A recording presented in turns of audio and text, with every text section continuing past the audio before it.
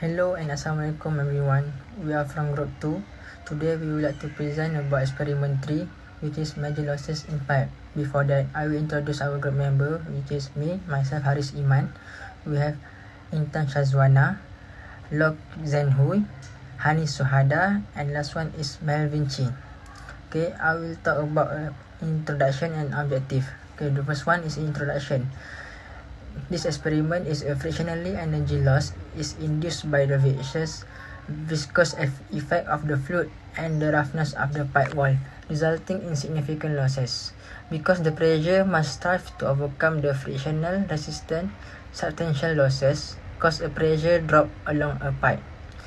In hydraulic engineering, estimating head loss sustained by a fluid as it moves over a pipeline system is a common task. It may be necessary to predict or estimate the rate of flow via a planned connecting channel between two reservoirs at various levels. It is also vital to figure out how much more head would be needed to double the flow rate along the present pipeline. This can improve the fluid flow efficiency while so lowering the head loss. Next, the total energy loss in a pipe system is a summation of a major losses, usually denoted as HL, which is head loss, and also the minor losses. The flow velocity, pipe length, pipe diameter, and friction factor, which is denoted as F, is based on the roughness of the pipe and whether the flow is laminar or turbulent. All the factor is influenced by substantial losses associated with frictional energy loss per length of pipe. The Reynolds number of the flow is usually used to determine all of this. Okay, now we take a look at the objective. The purposes of the experiment is to look into head loss in a pipe caused by friction and determine the associated friction factor for a variety of flow rates and flow regimes. Friction factor is caused by a roughness of the pipe, and whether the flow is in laminar or turbulent, it is usually denoted as determined as a Reynolds number of the flow. Next, the experiment is to determine the pipe friction, or known as a resistance coefficient, denoted as F. So now I will explain the theory of this experiment. Generally, in turbulent pipe flow between two points for the horizontal pipe, which has a constant internal diameter, we can calculate the pressure loss and the major head loss by using the Bernoulli equation. For the pressure loss, we can calculate it using the equation 1, and for the major head loss, we can calculate it using the equation 2. For the turbulent pipe flow, the pipe friction coefficient is depend on the equivalent pipe roughness and the Reynolds number. For the equivalent pipe roughness, we can refer from the table 1. And as we can see that each type of pipe have the different value of the equivalent roughness. Okay, for the Reynolds number, we can calculate it using the data of the internal diameter of the pipe, speed of the flowing medium, and the kinematic viscosity of the flowing medium.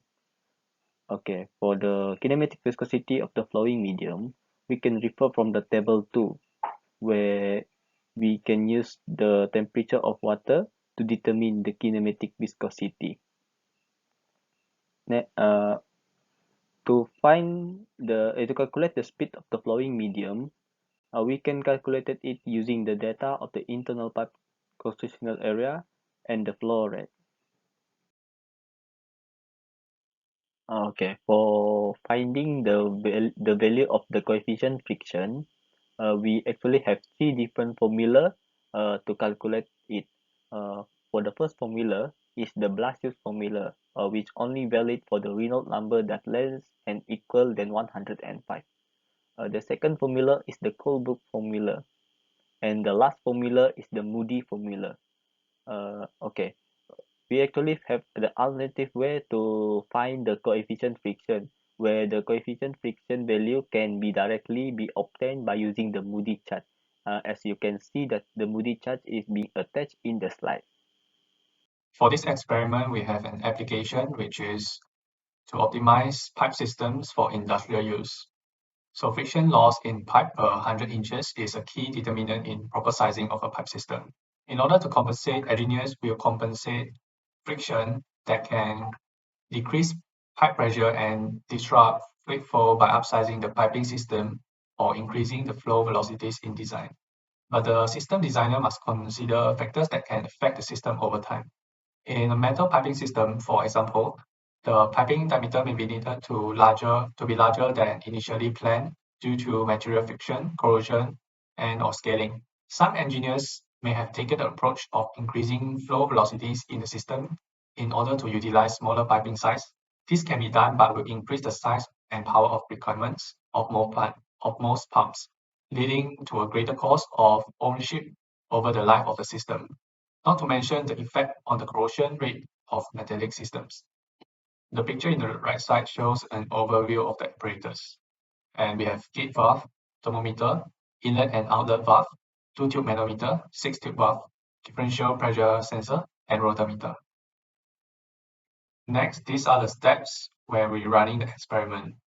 First, the feeding and return hose is connected to the test pipe section.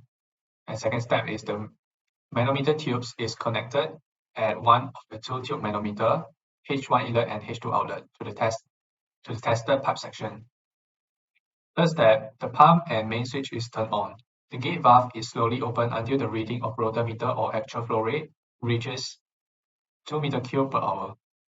For the fourth step, the ventilation valve on top of the 2-tube manometer is opened by turning it to anti-clockwise direction to release all the bubbles in the system. The ventilation valve is closed by turning it to clockwise direction if there is no bubbles present. For the fifth step, the gate valve is closed and the pump is turned off. The ventilation valve on top of the 2-tube manometer is slowly opened until the preset minimum reading of the 2-tube manometer reaches 25 millimeters for galvanized steel and PVC pipes, or 1 millimeter for copper, PVC 20 and PVC 32 pipes. The sixth step is the gate valve is slowly opened until the level of water at 2-tube manometer reading H1 reaches the maximum or H2 at minimum. The 2-tube manometer reading H1 and H2 temperature and Q actual at rotometer is recorded. Q actual is reduced to 5 different values by adjusting or reducing the opening of the gate valve. All the readings are recorded. For the seventh step, the manometer tube are transferred at the 2-tube manometer to the differential pressure sensor, recording the reading of differential pressure sensor for 5 different values of Q is prior as step 6. For step 8, all the manometer tubes are removed from the system. The gate valve is closed and the pump is turned off before changing the feeding and the return hose to another pipe section. Step 2 and 7 is repeated. For the last step, after finish, all the manometer tubes are removed from the system. The gate valve is closed, the pump and main switch is turned off. I will present the raw data and analysis for this experiment. Okay, this is the first data table, which is galvanized steel pipe.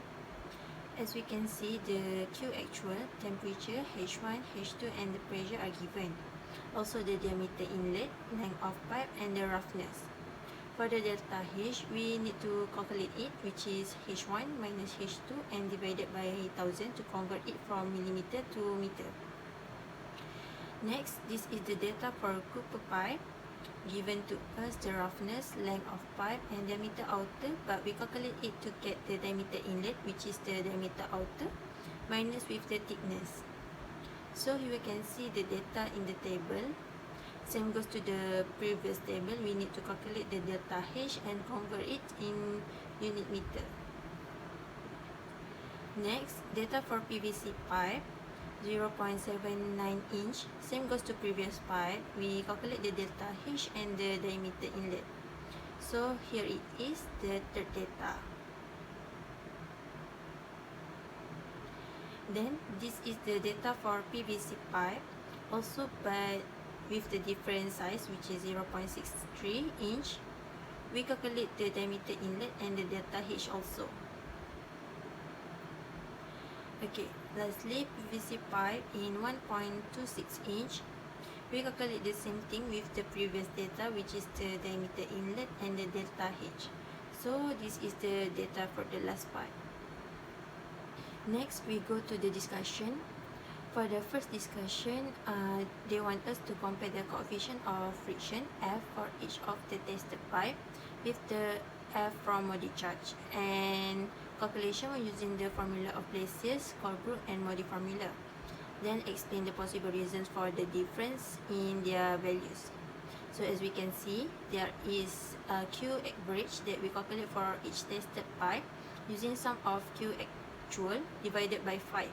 Then we calculate the speed of flow by using the formula V equal to 4Q divided by pi n square of diameter inlet. Then we calculate the Reynolds number, which is RE equal to speed of flow multiplied by diameter inlet divided by kinematic viscosity of water in 30 degrees Celsius. Then we calculate and put it in the table for each pipe. After that, we calculate the coefficient of friction F by using the Modi charge, formula of Blasius, Colebrook and Modi. As we can see in the table, the value of F for copper pipe to PVC pipe 1.26 inch are quite similar for Modi charge, Blasius formula and Colebrook formula, but they are slightly different with the Modi formula. For the galvanized steel pipe, the value of F in Modi charge are quite similar with the Colebrook formula, but a bit different with Blasius formula and the Modi formula. The reason of the differences in their values, it is because of the type of flow, which is turbulent flow and laminar flow, and also the transition between laminar and turbulent flow. As we study in fluid mechanics, the type of flow can we know by calculating the Reynolds number and then choosing the suitable formula to calculate the coefficient of friction.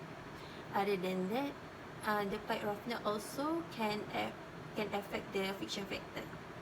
However, the calculation by using Colebrook formula can be acceptable or accurate because of the parameters in the calculation more details compared to Blasius formula that less parameters. The difference value in Modi chart and Modi formula is because of the roughness and smoothness pipe. Okay, so for the next question, briefly explain and rank the pipes in ascending order based on the major head loss value obtained from the experiment, and briefly explain on the factors that influence your pipe ranking selections. So for the first one, we have galvanized steel pipe with the internal diameter 0.0127 meter, the length of the pipe 1 meter, the velocity 1.531 millimeter per second, and the friction factor 0.04, and substitute the given data into the formula of major head loss equals to the friction factor times with the length of the pipe and the velocity squared over the internal diameter times with 2g, and we get 0.376 meter. And for copper pipe is the same, substitute the given data into the formula and we get 0.1508 meter. And for PVC pipe with the dimension of 20 millimeter times 1.5 millimeter thickness, and we get 0.1402. Next, we have PVC pipe 16 millimeter times with 1.8 millimeter thickness, we have 0.1965 meter. And lastly, we have PVC pipe with the dimensions of 32 millimeter with 1.9 millimeter thickness, and we got 0.0283 meter. And according to the experiment that we have conducted, we have concluded that PVC pipe with the dimensions of 32 mm times 1.9 mm give the least heat major loss compared to the other pipes. This is due to the fact that it has relatively lower velocity and the friction factor, as well as big internal diameter. the head major loss is proportional to the friction factor and velocity, whereas inversely proportional to the diameter. And for the next question is, briefly explain that the factors that contributing to errors or inaccuracy while conducting the experiment and the possible recommendations to improve the existing result. And for the errors that we might going through when conducting the experiment is the presence of air bubbles in the tube as well as in the pipe. Second, the parallax error due to the position of the eyes to the scale. Lastly, the water level in the two-tube manometer cannot be calibrated and it fluctuates heavily. And some of the recommendations that we noted here is make sure that there is no air bubble trap in the tube or pipes. Second, make sure that the position of the eye is perpendicular to the reading of the scale. Lastly, adjust the volumetric flow until it does not fluctuate or on-take the average reading. Okay, in conclusion, this experiment was conducted successfully in finding the pipe frictional factor divided by the resistance coefficient, even though the data collected are various with the theoretical equation. In this experiment, the coefficient friction that we gain by using the Moody chart plus use Colebrook and the Moody formula is compared. And among these equations, the Colebrook equation is the most precise since it can be used to determine both the smooth and the rough pipe. Next, we know that the larger the internal diameter of the pipe or the lower the velocity of the flowing medium, therefore the lower the major head loss. Besides that, from the experiment, when the coefficient pipe friction increase, then the major head loss also will increase. Lastly, the difference between the experiment data and theoretical data are due to experimental error. Therefore, some recommendations are needed in order to get more accuracy during handling this experiment. I think that's it from our group. Thank you for watching.